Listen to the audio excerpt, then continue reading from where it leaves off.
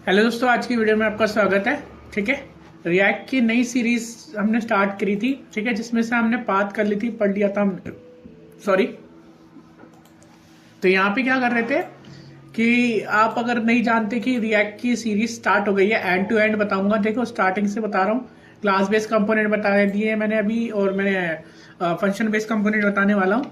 तो यार, मेरा ये चैनल है, यहाँ पर आप जाकर इस पे चेकआउट करके देख सकते हैं। ठीक है, यहाँ पे जाए और यहाँ पे जाकर ना आप देखें। ठीक है, आपको वीडियो ठीक लगे तो आपको समझ में आए। मैं तो चाहता हूँ कि आपको रिएक्ट जेस ना समझ में आए, क्योंकि बहुत अच्छी लाइब्रेरी है। अगर आप कोडिंग में जाना चाहते हैं और एक फ्रंट एंड डेवलपर बनना चाहते हैं, अब फ्रंट एंड डेवलपर आप किसी भी चीज में बन सकते हैं। मैं आपको पहले बता दूं, आप front end developer Android development में बन सकते हो। ठीक है, आप वेबसाइट में बना सकते हो। तो उसके लिए ना रिएक्ट जैसी लाइब्रेरी बहुत पावरफुल टूल्स है। अगर मैं बात करूं टूल्स की, तो रिएक्ट जैसी लाइब्रेरी ना बहुत ज्यादा पावरफुल टूल्स है। ठीक है, तो इसमें मैंने यार तीन वीडियोस डाल दी हैं। अगर आपको कोई भी चीज परेशानी आती है या कोई भी चीज आती है, तो आप ना नीचे जाके कमेंट में जाके मुझे लिख के दे सकते हो। तो और एक और बात यार, मैं ना हर दिन वीडियो नहीं लेकर आ पा रहा हूँ। ये थोड़ी मेरी मजबूरी सी है, या फिर आप कह सकते हो कि मेरे पास थोड़ा काम है, उसकी वजह से नहीं कर पा रहा हूँ। क्योंकि मेरे पास थोड़ा अपना काम भी है, और मैं अपनी वेबसाइट पे भी काम कर रहा हूँ यहाँ पर। ठीक है, जो जिसपे samvithcode.in है, तो इस पे भी मैं थोड़ा काम कर रहा हूँ। और इस वेबसाइट पे थोड़ा काम करने पे मैं थोड़ा बिजी रह जाता हूँ, और कुछ ऑफिस वगैरह का काम होता है, तो फ्रीलांसिंग वगैरह का काम होता है।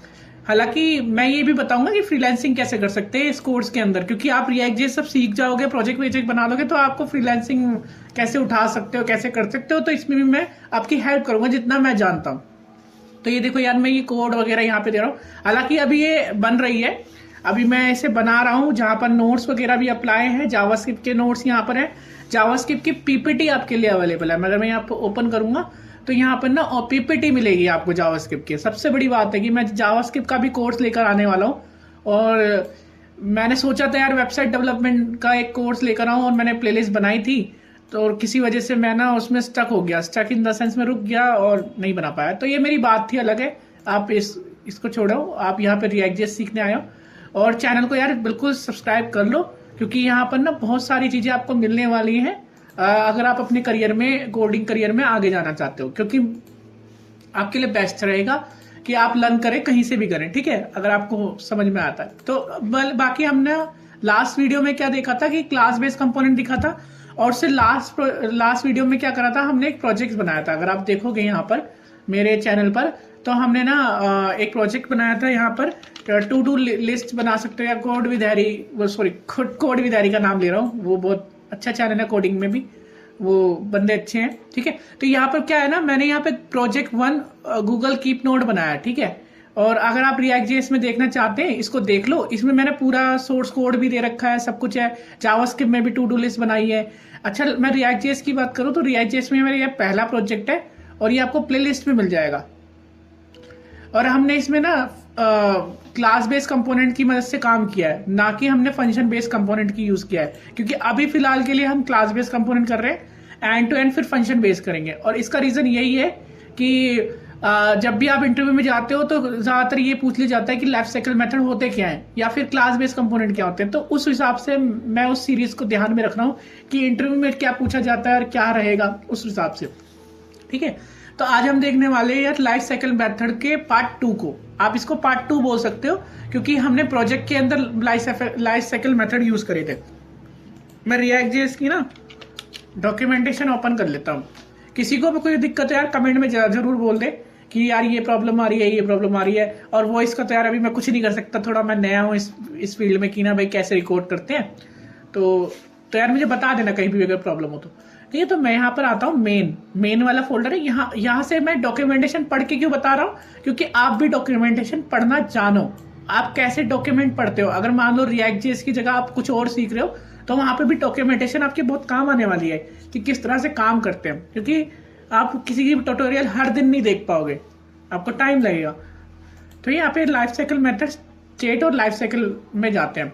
यहाँ पर क्लियर बता रखा है कि लाइफ साइकिल मेथड होते क्या है। देखो, लाइफ साइकिल मेथड का मतलब मैं दोबारा बताता हूँ। जब भी हम एक कंपोनेंट बनाते हैं, जैसे कि मेरा ये app.js एक कंपोनेंट है रिएक्ट जेएस में, और मैंने ये अपना ऐप ना चालू कर लिया है। अगर आपको नहीं पता है कैसे इंस्टॉल करते हैं, किस तरह से करते हैं, तो मेरे प्लेलिस्ट में ये बता रखा है कि किस तरह से इंस्टॉल करते हैं और किससे चलाते हैं। आसान है बहुत काम करना इस पे। तो ये है ना क्लास बेस्ड कंपोनेंट है। मैं इसको ना बड़ा कर देता हूँ, ठीक है, बड़ा कर देता हूँ तो आप लोगों को ना ये दिखेगा। तो ये मेरे क्लास बेस्ड कंपोनेंट है, ठीक है, ये मेरा क्लास बेस्ड कंपोनेंट है। और इसमें ना आपको बताया कि रिएक्ट जेएस के अंदर ना हर चीज एक कंपोनेंट ही होती है। तो अगर मैं यहाँ पे एक फोल्डर बना दूं, जरूरी नहीं है कि आप फोल्डर बनाएं, लेकिन एक ऑर्गेनाइज रहता है कंपोनेंट के नाम से। अगर मैं फोल्डर बनाता हूं तो यहाँ पे मेरी सारी वो फाइलें रहेंगी जो कंपोनेंट। तो मैंने यहाँ पे एक कंपोनेंट बनाया, मैंने नैपबार से बना लिया, ठीक है। मैं ऐसी एग्जांपल के लिए दे रहा हूँ आपको। नैपबार, मैंने नैपबार डॉट JSX बना लिया, ठीक है। और यहाँ पे जो क्लास बेस्ड कंपोनेंट का शॉर्टकट की है, वो कैसे आएगा उसको शॉर्टकट की, जब आपने इंस्टॉल कर रखा होगा। अगर आप ज्वाइन कर रखे हो पहले से ही मेरी इस प्लेलिस्ट को, तो आपको पता होगा ES7 आपने ये प्लेलिस्ट, मतलब ये जो आपका ये है एक्सटेंशन, इसको डाउनलोड करना पड़ेगा। इसके बिना ये नहीं आएगा, ठीक है। ये स्निपेट यहीं से आता है, स्निपेट बोलते हैं इसको। और मैं यहाँ RC, ठीक है, और E कर देता हूँ। RCE का मतलब होता है कि रिएक्ट। अब देखो यहाँ पे कोड दिखा रहा है कि इस तरह से दिखा देगा। अगर आप नीचे वाले में जाएंगे तो नीचे वाले में इस तरह से देगा। इसमें क्या करेगा, प्रॉप्स भी दे देगा आपको स्टैटिकली। पर मैं यहाँ पर ऐसा कुछ नहीं करता, मैं नॉर्मल वाला चाहता हूँ, ये वाला। यहाँ पर हमने क्या करा, एक्सपोर्ट कर दिया है क्लासेस को, और यहाँ पर मेरा काम हो गया है। और ये कोड मैंने आपको समझा भी रखा है अपनी पहली या दूसरी वीडियो में, ठीक है, तो आप इसको समझ सकते हैं। और प्रोजेक्ट में भी मैंने अच्छे से समझा रखा है सॉरी। तो यहाँ पर क्या है ना, मैंने एक कंपोनेंट बनाया। जब लाइफ साइकिल मेथड होते क्या है, सिंपल भाषा में अगर बात करूं, लाइफ साइकिल मेथड होते हैं क्लास बेस के अंदर यूज की जाते हैं। लाइफ साइकिल मेथड, जब भी आप रिएक्ट में लाइफ साइकिल की बात होती है यहाँ पर, तो बात हो रही होती है क्लास बेस्ड कंपोनेंट की। क्लास बेस्ड कंपोनेंट की बात हो रही होती है। और क्लास बेस्ड कंपोनेंट क्या करते हैं, जब उनके पास यूज इफेक्ट, यूज स्टेट, मतलब स्टेट को मैनेज करने का तरीका नहीं होता ना, तो उसके अंदर ना अल्टरनेटिव तरीका यही होता है कि हम लाइफ साइकिल मेथड यूज करते हैं। लाइफ साइकिल मेथड क्या होता है, जब भी एक कंपोनेंट बनता है, जैसे ये मेरा एक नेविगेशन बार एक कंपोनेंट है, और अगर मैं इसमें इंपोर्ट करके लेकर आऊंगा ना नैप बार, तो मैं यहाँ पे इंपोर्ट कर लेता हूँ, इंपोर्ट कर लेता हूँ और यहाँ पे लिखता हूँ नैप बार, तो ये अपने आप यहाँ पे इंपोर्ट हो जाएगा। और मैं इसे फ्रेगमेंट, रिएक्ट फ्रेगमेंट में कन्वर्ट करता हूँ। और मैं बता देता हूँ यार, रिएक्ट फ्रेगमेंट कुछ नहीं होता। ये जो आपके ओपनिंग टैग और क्लोजिंग टैग लगे हैं ना, इसी को रिएक्ट फ्रेगमेंट बोलते हैं इजी वे में। अगर आप, क्योंकि इसमें मैं अलग से वीडियो बनाऊं तो ये कुछ जमेगा नहीं, क्योंकि ये छोटी सी चीज है, रिएक्ट फ्रेगमेंट है, इनको ही बोलते हैं जो ये क्लोजिंग वाले और ओपनिंग वाले। इसके अंदर ना मैं JSX लिख सकता हूँ। तो मैं यहाँ पर ना नैप बार को लेकर आता हूँ। तो यार मैं नैप बार इस तरह से लेकर आएंगे, इंपोर्ट कर लेंगे, और मेरे यहाँ नैप बार यहाँ पर आ चुका है, देखो दिख रहा है। अब मैं इसको बड़ा कर लेता हूँ, तो आपको दिखना भी चाहिए, देखो दिख रहा है सॉरी। तो यहाँ पर मेरा क्या है सॉरी, मेरा गला थोड़ा सा खराब है अभी। आप इस पे ध्यान ना दें, इस पे ध्यान दें। मैंने क्या करा ना, कंपोनेंट यहाँ पे करा है, देखो ये मेरा कंपोनेंट है, और मैंने यहाँ पे ये कर लिया। ये सब आपको पता होगा जब आपने वो सीरीज में हो। तो अब मैं यहाँ बात कर रहा हूँ life cycle method. Life cycle method क्या होते हैं, हमारे लाइफ साइकिल मेथड कुछ मेथड्स होते हैं। मेथड का मतलब यहाँ पर फंक्शन से कह रहा हूं मैं। लाइफ साइकिल फंक्शन बोलो या लाइफ साइकिल मेथड बोलो, बात एक ही रहेगी यहाँ, ठीक है। लाइफ साइकिल आप मेथड भी बोल सकते हो, फंक्शन भी बोल सकते हो, पर लाइफ साइकिल मेथड इसलिए बोला जाता है कि वो क्लास बेस में यूज हो रहा है। अगर आप जावास्क्रिप्ट को पढ़ा होगा आपने, तो क्लासेस के अंदर जो भी फंक्शन आप डिक्लेयर करते हो, जैसे ये मेरा फंक्शन है, ये फंक्शन है, इसको मेथड बोलते हैं, ठीक है। मतलब यही होता है, ये बोला जाता है कि फंक्शन किसको बोलते, फंक्शन को हम मेथड बोल देते हैं अगर वो क्लास के अंदर है, ठीक है। तो मैं जावास्क्रिप्ट की सीरीज लेकर आऊंगा तो उसमें मैं बताऊंगा, हालांकि आपने पढ़ी होगी तो आप जानते होंगे कि क्लासेस और ऑब्जेक्ट्स की में क्या होता है। ज्यादा इसमें परेशान होने की जरूरत नहीं है, ये सारी चीजें ऐसे ही काम करती हैं और फैमिलियर हो जाओगे, कुछ नहीं है। ये सिर्फ हमारी एक क्लास है जिसके अंदर अगर मैं कोई फंक्शन दे रहा हूं, जैसे ये वाला रेंडर वाला फंक्शन है जो क्या करता है, हमारी HTML को रेंडर कराता है। ये जो HTML है इसको हमारे ब्राउजर में रेंडर करता है, इसका काम यही है। तो ये क्या है, फंक्शन है। अब ये फंक्शन को हम बोलते हैं मेथड। ये आप कह सकते हो फंक्शन को मेथड और मेथड को फंक्शन बोलते हैं। हालांकि मुद्दा ये है कि लाइफ साइकिल मेथड होता क्या है, जब भी आप एक क्लास, मतलब एक क्लास की मदद से एक आपका कंपोनेंट तैयार करते हो, तो कंपोनेंट क्या होता है ना, कंपोनेंट के अंदर जो भी जो भी क्रिएशन, डिलीट, अपडेट जो भी काम होते हैं ना, वो उन मेथड पे आधारित होते हैं, उन फंक्शनों पे आधारित होते हैं, तो उनको लाइफ साइकिल मेथड होते हैं। यहाँ तक कि इस फंक्शन का क्रिएशन कैसे होगा, इस फंक्शन का डिलीट कैसे होगा, इस फंक्शन को अपडेट कैसे होगा, ये सारा हमारा क्या है, लाइफ साइकिल मेथड को बोलते हैं। अब कौन कौन से होते हैं? एक होता है कंपोनेंट डिड माउंट। जब यार हम क्लासेस बनाते हैं ना, ये जो क्लास वाला कंपोनेंट बनाता है, क्लास वाला कंपोनेंट बनाया, तो हमें ना बाय डिफॉल्ट एक कंस्ट्रक्टर फंक्शन का इस्तेमाल करना पड़ता है। ये बाय डिफॉल्ट होता है, ठीक है। जब हम क्लासेस के बारे में आपने जावास्क्रिप्ट में पढ़ा होगा, तो उसमें क्या होगा कि क्लासेस में जब भी हम बनाते हैं तो बाय डिफॉल्ट कंस्ट्रक्टर बनाते हैं। कंस्ट्रक्टर का मतलब क्रिएट कर दो। जब भी हम क्लास को बोलते हैं ना, मतलब जब भी ये जो कंपोनेंट है आपका नेविगेशन बार जब भी रन होगा, तो ये कंस्ट्रक्टर को हमेशा कॉल कर देगा, बाय डिफॉल्ट कॉल करता है। इसकी आदत होती है कि कंस्ट्रक्टर मतलब फंक्शन जब भी कॉल हो जाएगा, जब ना ये आपका जो कंपोनेंट है जब भी रन होगा। मतलब अभी ये देखो नैप बार है, अब ये रेंडर हो रहा है, तो रेंडर होते हुए क्या किसको कॉल कर रहा है? इसको, कंस्ट्रक्टर को कॉल कर रहा है ऑटोमेटिकली। ये कंस्ट्रक्टर क्या है? एक फंक्शन है, और इसको इसी तरह से लिखा जाता है। ये बाय डिफॉल्ट है उसके अंदर, तो इसको ज्यादा जरूरत वो करने की जरूरत नहीं। यहाँ पे ना मैं प्रॉप्स डाल देता हूँ। मैं प्रॉप्स डाल रहा है, प्रॉप्स का मतलब यहाँ पे प्रॉप्स में क्यों डाल रहा हूँ, आप प्रॉप्स की जगह ना कुछ भी नाम दे सकते हो, XYZ कुछ भी। ऐसा कुछ नहीं है कि प्रॉप्स लिखना जरूरी है, ऐसा कोई मैंडेटरी नहीं है। किसी ने लिखा है कि अगर मैं प्रॉप्स ना डालूं और मैं यहाँ पे लिखूं सरोज, मेरे एक स्टूडेंट का नाम है सरोज, तो ऐसा कुछ नहीं है कि यार सरोज कुछ गलत हो गया है। तो अगर मैं यहाँ पे सेव करूंगा तो यहाँ पे भी सरोज का कोई रीजन नहीं है इसमें। अच्छा, कोई एरर आ गया क्या? दिस डॉट, अच्छा मैं यहाँ पे क्या करूंगा,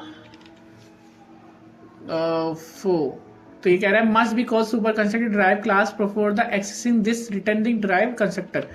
अच्छा ठीक है, कोई बात नहीं। मैं यहाँ पर ना सुपर कीवर्ड यूज करता हूँ, सुपर कीवर्ड यूज कर रहा है मैंने सरोज। अब क्या हुआ, ये सरोज को क्या कर रहा है ना, एक वेरिएबल मान रहा है यहाँ पे। अब देखो, ये देखो रन कर गया, वो कुछ एरर नहीं थी। वो कह रहा था यार जब तुम ना कंस्ट्रक्टर काम कर रहे हो ना, कंस्ट्रक्टर को बना रहे हो, उसमें कोई एरर नहीं आई थी। मतलब वो एरर कह रही थी यार कि ना जब आपने कंस्ट्रक्टर फंक्शन को बनाया ना और सरोज नाम लिखा, देखो प्रॉप्स की जगह आप सरोज नाम लिख दो, ऐसा कुछ है नहीं। देखो पैरामीटर ही पास कर रहे हो, तो आपको ना इसको अलाउ करना होगा सुपर कीवर्ड की मदद से। तो हमारा जो सुपर मेथड होता है ना, ये सुपर मेथड ये अलाउ करता है कि सारे जो आपके प्रॉपर्टीज हैं वो यूज कर पाऊं, ठीक है। मतलब ऐसे आप समझ सकते हो, ये मैं इजी वे में समझा रहा हूँ, आप इस तरह से माइंड में समझ सकते हो। हालांकि इंटरव्यू के सामने ऐसे नहीं बोल सकते ना, लेकिन आपके समझ के लिए बता रहा हूँ कि इस तरह से ये है। अब क्या होगा, देखो आपको ये पता है कि ना भाई ये कंस्ट्रक्टर फंक्शन है और ये बनता है। अगर आपको और थोड़ा जानना है तो मैं यहाँ कंसोल डॉट करता हूँ या फिर अलर्ट कर लेता हूँ। मैं यहाँ पे अलर्ट करता हूँ और मैं लिखता हूँ कि दिस इज ए, मैं यहाँ पे लिखता हूँ दिस इज ए कंस्ट्रक्टर। अब देखो बाय डिफॉल्ट इसको तो कोई कॉल नहीं कर रहा फंक्शन को, और ये ऑटोमेटिकली कॉल कर देगा कंस्ट्रक्टर, ठीक है। देखो ये देखो ऑटोमेटिकली कॉल। जब भी आपका नेविगेशन बार, ये नैप बार जो कंपोनेंट है, जब भी आपका रेंडरिंग करना जाएगा, रेंडरिंग मतलब HTML को रखना चाहेगा, HTML को रखेगा, तब क्या करेगा ये ना कंस्ट्रक्टर ऑटोमेटिकली कॉल कर देता है। कंस्ट्रक्टर कुछ नहीं है, एक फंक्शन है बाय डिफॉल्ट, ठीक है। तो ये कॉल कर देता है। तो अब आई होप कि आपको समझ में आया होगा कि कंस्ट्रक्टर क्या है। फिर भी ना आए तो कमेंट कर देना, मैं फिर दोबारा मैं अलग वीडियो में बता दूंगा, ठीक है, समझ में आए तो मैं कंस्ट्रक्टर में हटा देता हूँ। अब बात करते हैं लाइफ साइकिल मेथड कौन कौन से होते हैं। तो यार लाइफ साइकिल मेथड जो होते हैं ना हमारे, जैसे पहला आता है कंपोनेंट डिड माउंट। तो यार हम एक एक करके ही बताएंगे। मैं ना पहले एक के बारे में बात करूंगा, दूसरे बारे में, ऐसे यार मैं सीरीज बताऊंगा क्योंकि वीडियो थोड़ी लंबी हो जाएगी और मैं ज्यादा यहाँ पर बोल चुका हूँ, ठीक है, वीडियो लंबी कर चुका हूँ। तो मैं थोड़े थोड़े पार्ट में बताऊंगा ताकि आप एक मेथड समझो, दूसरा मेथड समझो, ज्यादा आपको टेंशन लेने की। तो यार यहाँ पे मैं बता रहा हूँ, इस ये थोड़े से मेथड होते हैं आपके, component did catch, mount, update वगैरह। परेशान होने की वजह से कंपोनेंट ये वाला भी होता है, बाकी साइड डेप्लीकेट हो चुके। तो यहाँ पर मुझे करना है कंपोनेंट, सॉरी यहाँ पे मैंने यहाँ पे डाला है ये कंपोनेंट, ये आप समझ लो एक फंक्शन है। आप इतना ज्यादा मत सोचना कि कुछ ज्यादा बड़ी बात है। कंपोनेंट डॉट माउंट, ये कंपोनेंट डॉट माउंट है, यहाँ पे मैंने करा। ये माउंट क्या करता है, जब इसमें कर्सर लेके जाऊंगा ना तो ये बोलता है call immediately after component mounted. इसका मतलब क्या है, जब भी आपका कंपोनेंट रेंडरिंग करेगा, रेंडरिंग मतलब ये HTML दिखाएगा, तब ये ऑटोमेटिकली कॉल हो जाता है कंपोनेंट डिड माउंट। आपको अब ये कब यूज करते हैं आप कंपोनेंट डिड माउंट को, कब यूज करते हो इस लाइफ साइकिल मेथड को? जब एक तो जब यूज करते हो जब आप क्लास बेस्ड कंपोनेंट है, ठीक है, दूसरा जब यूज करते हो जब आपको ना एपीआई हैंडल करनी हो, जब आपको एपीआई लोड करानी हो, एपीआई लोड करानी हो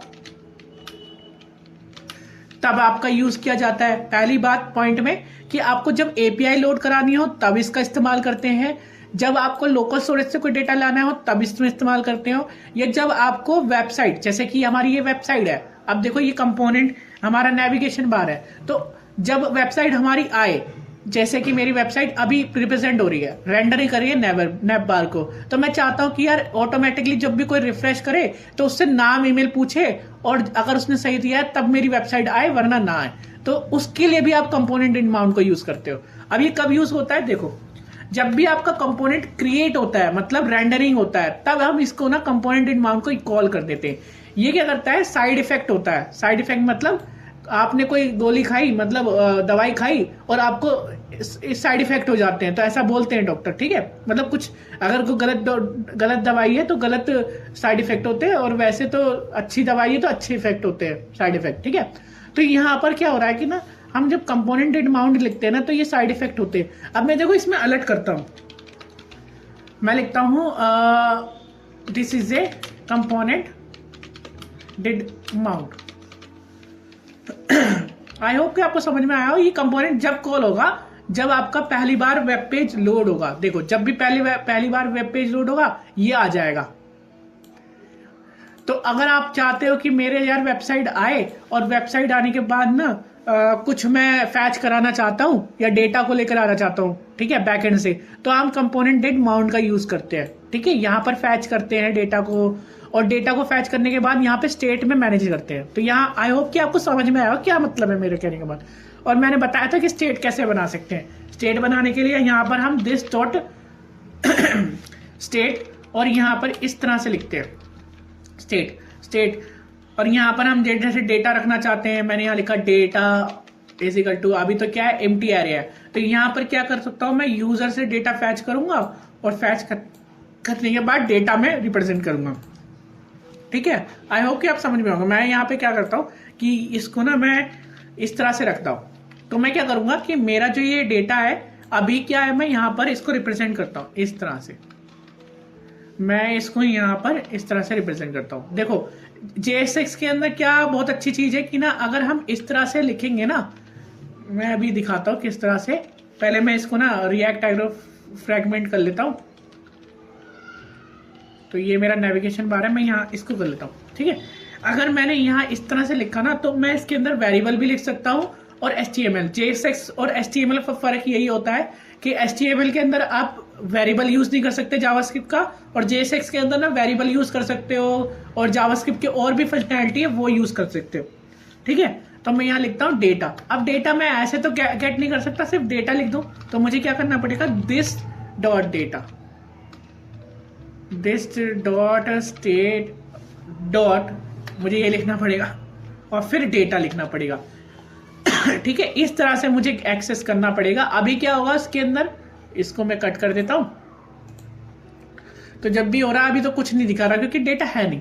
तो मैं क्या करना चाहता हूं, जब भी कंपोनेंट लोड हो तो मैं यहां पे क्या करूंगा, दिस डॉट, ठीक है, और सेट स्टेट का इस्तेमाल करेंगे हम, और मैं यहां लिखूंगा दिस डॉट स्टेट, ठीक है, और डॉट जो भी हमारा डेटा है, भाई डेटा होगा हमारा, या तो आप इस तरह से लिख दो या फिर एक काम करो, आप इस तरह से लिख के डेटा को यहां पे लिख देना, जो भी आप लिखना चाहते हो, कंपोनेंट डिड माउंट,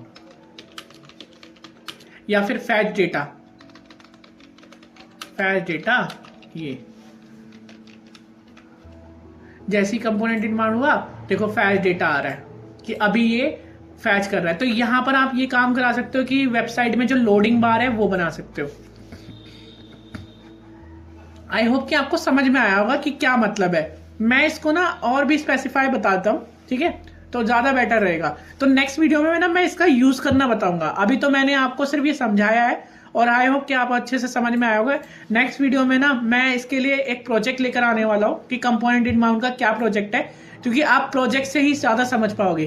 तो क्या करेंगे, हम इसको ना एक प्रोजेक्ट में लेकर आएंगे। 2 प्रोजेक्ट करूंगा मैं, एक नहीं 2 करेंगे हम इसमें, ठीक है। तो ये बेनिफिट रहेगा आपको। तो जल्दी से यार चैनल को सब्सक्राइब कर लो और अगर आपको समझ आ गया है तो वीडियो अच्छी लग रही है तो लाइक करो, ज़्यादा से ज़्यादा लोगों में शेयर कर दो, ताकि ना मेरे को थोड़ा मोटिवेट मिले और मैं जितनी मेहनत कर रहा हूँ, हालांकि सभी करते हैं लेकिन मैं मेहनत कर रहा हूँ तो मैं और अच्छे से कंटेंट आपके लिए लेकर आ सकूँ। ठीक है, तो आई होप कि आप समझ में आ गया होगा आपको। तो मिलते हैं नेक्स्ट वीडियो में।